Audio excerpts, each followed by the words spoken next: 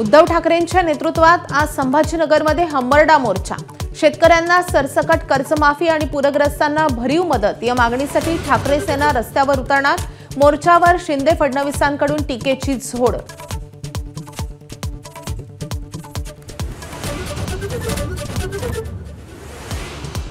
उद्धव ठाकरेंना नवा भिडू मिळाल्याची चर्चा। एमआयएमचा उद्धव ठाकरेंच्या मोर्चाला पाठिंबा। ठाकरेंनी बोलावल्यास मोर्चात सहभागी होणार। इम्तियाज जलील यांची प्रतिक्रिया। मनसेची मविया ठाण्यातून एंट्रीची चर्चा। येत्या 13 ऑक्टोबरला मवियाचा ठाणे महापालिकेवर मोर्चा। मनसेचे नेतेही सहभागी होणार। तर मनोमिलनाची चिंता नको, सर्वांची गणित आपल्याकडे, शिंदेंचा निशाणा।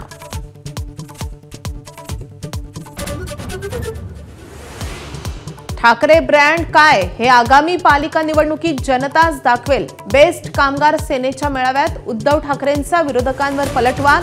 तर ब्रँड मैदानात आल्यावर पळता भुई थोडी होईल असाही इशारा। मुख्यमंत्री फडणवीस आणि राज ठाकरे आज एकाच मंचावर येणार। महेश मांजरेकरांच्या पुन्हा शिवाजीराजे भोसले चित्रपटाच्या ट्रेलर लॉन्च सोहळ्याला लावणार हजेरी। राजकीय वर्तुळात चर्चांना उधाण। आगामी निवडणुकांच्या पार्श्वभूमीवर आज फडणवीस आणि शिंदेंच्या स्वतंत्र बैठका। फडणवीस घेणार कोकण आणि पश्चिम महाराष्ट्राचा आढावा। तर शिंदेंच्या उपस्थितीत मुंबईतील विभाग प्रमुख आणि शाखा प्रमुखांची बैठक।